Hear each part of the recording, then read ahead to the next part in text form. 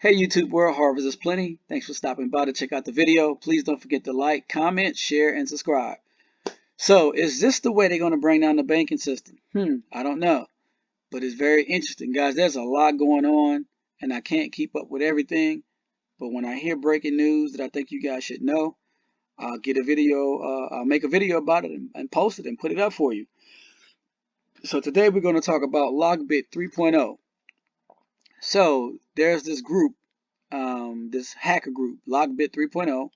They said that they have breached the United States Federal Reserve and that they've stolen over 33 terabytes of information. And if the Federal Reserve doesn't meet their ransom demand, they will release this information tonight on June 25th. I thought that was very interesting. A lot of things stood out to me when I heard this news. I don't hear many people talking about it, so I know you guys watch other YouTube sites or channels. You guys are on probably Instagram, Facebook, Twitter, or whatever the case may be. Have you guys heard about this? Leave a comment if you have. But anyway, let's get to it. And I want to break down some things for you and unpack it, connect some dots. So it says, the infamous ransomware group LockBit 3.0 acknowledged that it has breached the Federal Reserve System, the central banking system of the United States of America, and stolen 33 terabytes of sensitive data containing American banking secrets. It goes on to say the group claimed that it had added the Federal Reserve System to the list of victims of its Tor data leak site. It also threatened to release the information by tonight if the Federal Reserve doesn't meet its demands. It also says this, quote, federal banking is the term for the way the Federal Reserve of the United States distributes its money. The Reserve operates 12 banking districts around the country which oversee money distribution within their respective districts. The 12 cities which are home to the Federal Reserve banks are Boston, New York City, Philadelphia, Richmond, Atlanta, Dallas, St. Louis, Cleveland, Chicago, Minneapolis, Kansas City, and San Francisco, reads the announcement published by LockBit 3.0 group on its leak site. So this is very interesting. The first thing that stood out to me was the number 33. I'm like, 33 terabytes of information. If you guys remember, the motto of the 33rd degree of Freemasonry is Order ab Chaos, or order out of chaos. And so is this one of the ways they're going to use to destroy the banking system in America, in addition to, what's going on with BRICS and the dumping of the petrodollar by Saudi and a lot of other countries, or whatever the case may be? This is all interesting. As I said before, everything is event sequence driven, and a lot must happen, in order for them to move the agenda forward, especially between now and December 31st. A lot must take place and go down. It also reminded me of a video that I put up earlier. I had it on my old channel, and I re-put it again on this channel. And it was an interview with a lady, what's her name, Pippa Malgrim or something like that.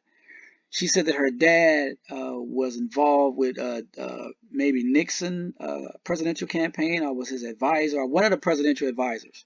And her dad would reveal these secrets to her and tell her that the banking system is going to go down, and they're going to bring in a new banking system, which is going to be digital currency, and they're going to use it to track everybody. It's the beast system, pretty much.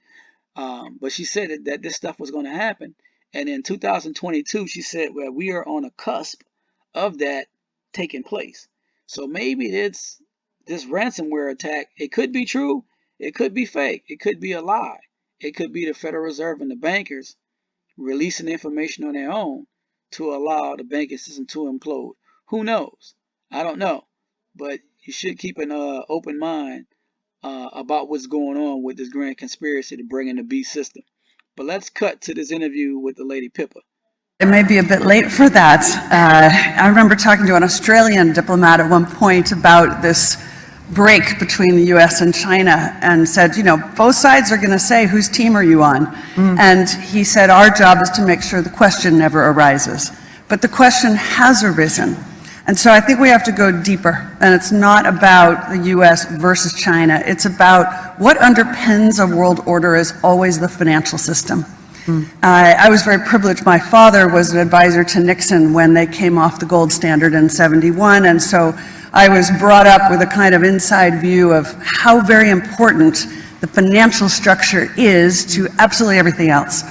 And what we're seeing in the world today, I think, is we are on the brink of a dramatic change where we are about to, and I'll say this boldly, we're about to abandon the traditional system of money and accounting and introduce a new one. And the new one, the new accounting, is what we call blockchain. It means digital. It means having a almost perfect record of every single transaction that happens in the economy, which will give us far greater clarity over what's going on. It also raises huge dangers in terms of the balance of power between states and citizens. In my opinion, we're going to need a digital constitution of human rights if we're going to have digital money. But also, this new money will be sovereign in nature. Most people think that digital money is crypto and private, but what I see are superpowers introducing digital currency. The Chinese were the first. The US is on the brink, I think, of moving in the same direction. The Europeans have committed to that as well. Boom! So there it is, guys. You heard it. They're bringing in a new financial system to kick this new world order off. So all the talk about BRICS, about dumping the petrodollar by Saudi and a lot of other countries, moving to a gold standard or whatever else, these are not nations that are going rogue. This is a well orchestrated, designed plan. It's not that Saudi and all these other countries hate the United States. They're being guided to create this new beast system, the central bank currency that they're bringing in, so they can track every man, woman, and child and track all of our purchases. And so that's why I say keep an open mind with LockBit 3.0 and with this Federal Reserve hack, because it could be fake, and the Federal Reserve and the bankers could be releasing their own stuff and saying that LockBit was the ones who did it. Who knows what's going to happen? But as I said, between now and December 31st, a lot must take place because it's event sequence driven. Wow, we're living in some very interesting time, guys. Continue to pray without ceasing. Seek Jesus Christ as your Lord and Savior. And may the Most High continue to bless you and your family. All right, take care. God bless. We're already 3/4 of the way down the digital currency pipeline, because there isn't really much difference between a credit card or a bank card and digital currency. And the reason I say there's not much difference is because when you use a credit card or a bank card to make a transaction, there's a digital record of the transaction, and then that digital record can be brokered. And so far, mostly it's brokered to other corporations, which isn't as totalitarian as it might be, because so far, most corporations just want your money so they can sell you things. Now, that can be problematic because you can have things pushed on you by what you call corporations that are going a little bit farther than they should, that you don't really need or want, but at least you get something out of the bargain. But once we're fully digital in our currency, that'll mean the government will be able to track absolutely every bloody thing you ever do, and also be able to do things like they're already doing in China. So the Chinese government has put expiry dates on some digital currency. So they, if they need to have the population spend more, let's say because there is a recession, they could just put in an edict that would make sure that your money depreciated by 2% every month, so that would be an impetus to spending. And they could do the reverse if they wanted you to save. And so it means in potential the emergence of a system for comprehensive control that's so complete that we can barely imagine it. And